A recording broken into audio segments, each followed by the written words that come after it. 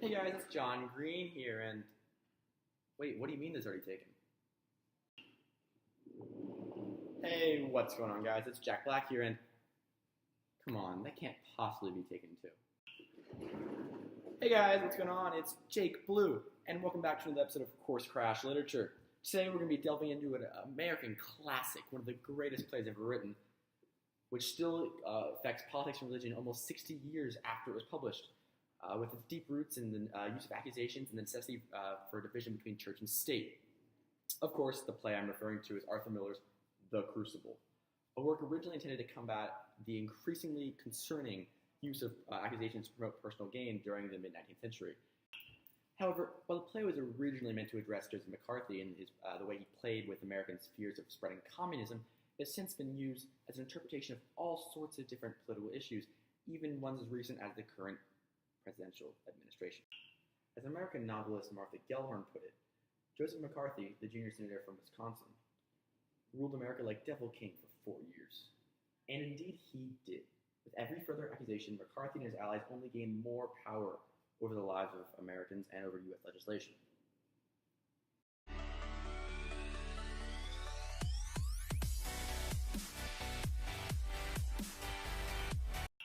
However, the mid-1900s was not when communism started. While a lot of people tend to look towards World War II as the kickstart for this idea of global communism and the spread of tension between the West and the East, communism can be traced back as early as 1848, when Karl Marx, a German living in the United Kingdom, published his Communist Manifesto. However, this concept of communism kind of remained untouched for a few decades, and it wasn't until 1917 when the Bolshevik Revolution in Russia brought about change. Russia became the first communist nation where public property was everything. Private property was abolished. Now, a lot of people will praise communism as being a great idea, as, to be honest, it promotes equality for all people. However, the flaws in communism lie not in the theory, but the practice. Because in order to institute a communist society, you must at first take people down from the upper levels of society down to be the same level as everybody else. And in order to do that, there's a lot of violence involved.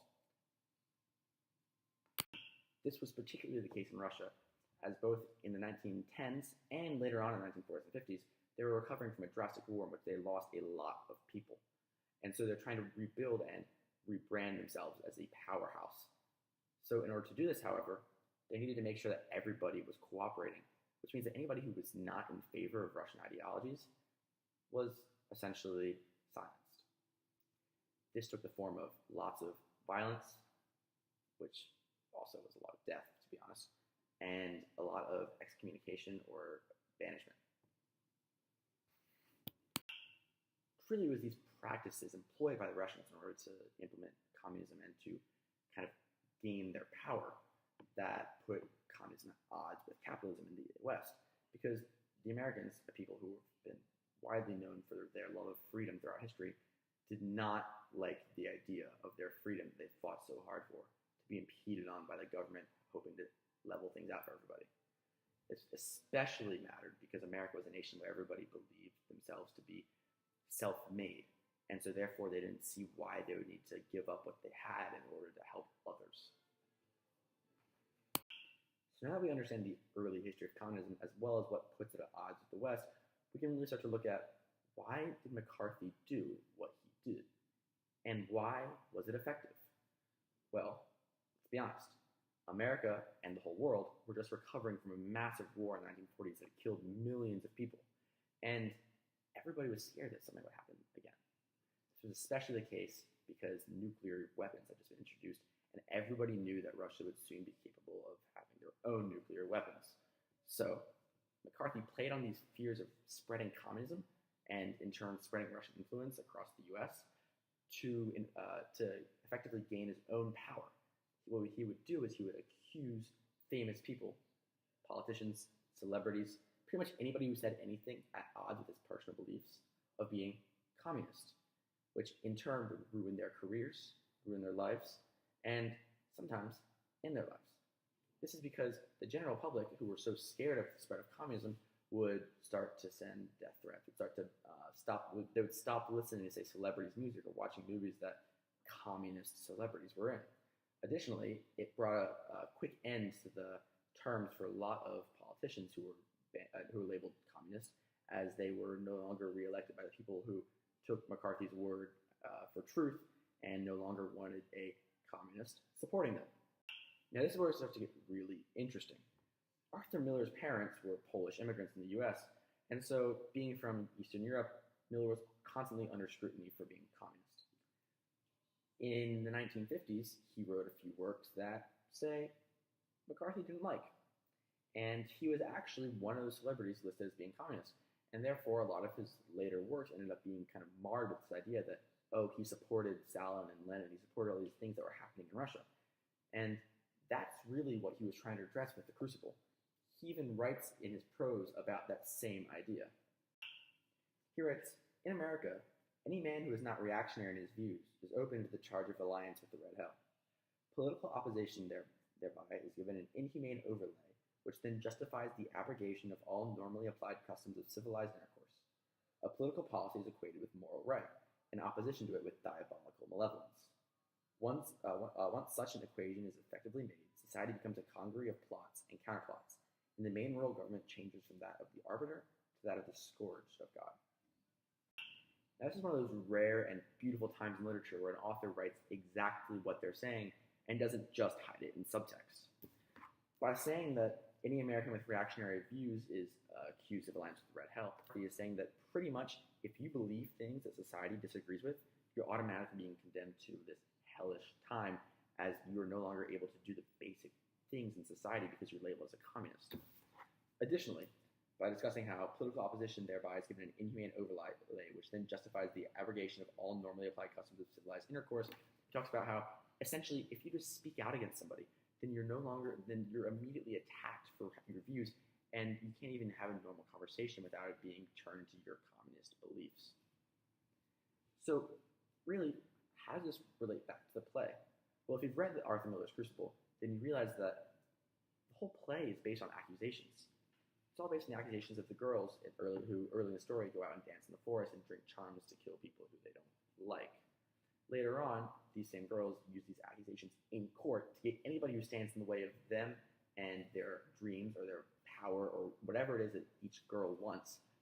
For Abigail, it's the life of John Proctor, but then later she realizes that it's not possible. Anyways, they use these accusations of, oh, they're a witch, I saw them with the devil, to essentially win power for themselves. It's effectively the exact same thing that Joseph McCarthy was doing. And that's the beauty in The Crucible. By just writing a simple story set in a society with such strict rules that just by simply having an alliance with the devil, which, well, it's not really that simple, it's a pretty crazy idea, but just by doing things that kind of didn't fit in with society, you could be accused for that. Hey, does that sound familiar? By doing things that didn't fit in society, you could be accused for that. Miller's writing essentially about his own problem that he's facing and about the need for a limit to the power that can be granted by his accusations.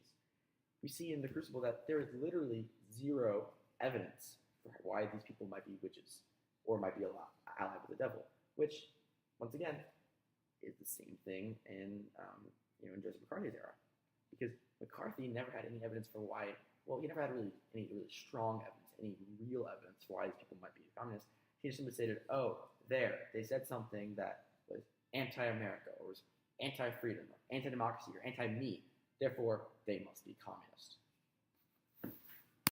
Ooh, Mr. Blue, does that mean if I disagree with the grade you give me on this upcoming paper, I can call you a communist and you'll lose your job? Well, no. Or at least I hope not. But you seem to understand what's going on. Essentially, accusations of communism in the 1950s could ruin one's career, or even worse, ruin their lives. However, modern society doesn't exactly see communism as big a deal as it was back in the 1950s. That's not to say that communism is still not looked down on, but it's not as much of a big deal as it was back then. But that does beg a whole new question. What is the communism or the witchcraft of our day and age? Well, the term a witch hunt, which was really made popular through Arthur Miller's Crucible, has been used a lot lately in reference to the media's inquisition on Donald Trump, as well as Robert Mueller, his inquisition on Trump's campaign. What's that, Stan? It's time for the mystery document? Okay. Now, the rules of the game are simple. I get a document with no author name attached, and I have to guess who wrote it. If I don't, I get shocked. If I do, what do I get? I don't get shocked. I guess that's surprise enough. So, let's see what it says today. This is the single greatest witch hunt of a politician in American history. Now, that sounds like some stuff I've heard on the news lately, but let me see. You know what? I'm going to go with it. I think it's President Donald J. Trump tweeting that. I didn't get shocked. I guess I'm right. To be honest, I'm still kind of surprised that I got that one right. But what I think that document proves is that the messages conveyed in Arthur Miller's The Crucible are still a universal concept that can be applied to a bunch of different situations. Remember how I mentioned earlier the Salem witch trials, which the play is set during? You know, it's taking this concept of, witchery and how that's this great evil and applying that to a desire for power that's present within the village. These villagers abuse that fear of witchery in order to win their own power. Look at 1950s America that we mentioned earlier. I mean, there's this fear of communism. McCarthy wanted more power for himself, built on that fear in order to win himself more power. Currently, President of the United States, this one's a little bit more difficult to explain. What he's calling a witch hunt is really the search for what a lot of people would call the truth. So maybe that's something to discuss later. And by later, I mean a further episode, a couple hundred years in the future. So essentially everything I just said is really important, but the one takeaway you need to get from this is that Arthur Miller's The Crucible, really, it's the historical context of it that matters. The historical context is that it was written during a time when Miller himself was being condemned for being a communist, which, while we will never be able to read what Miller actually thought in his own head, it's pretty obvious it wasn't true. Additionally, Miller builds off of this by writing about the Salem witch trials, which were set in a very strict Puritan community. And if you've watched any of our Course Crash U.S. history videos, you know that the Puritans themselves were already quite strict, and any actions that were not appropriate were punished severely. By doing this, he's creating a parallel between 1950s United States and 1600s Salem, and essentially discussing how accusations based on this fear in Salem, it's witchcraft, and 1950s America, it's communism. Like, they're not that different. Anyways, he discusses how accusations based on these fears and that are manipulating these fears can be used to gain oneself power, but also to put others out of their power. In the witch trials, it was a little bit more severe. A lot of people died. Well, at least in his interpretation of the witch trials. Anyways, that's all. As always, thanks for watching, and we hope you tune in next time.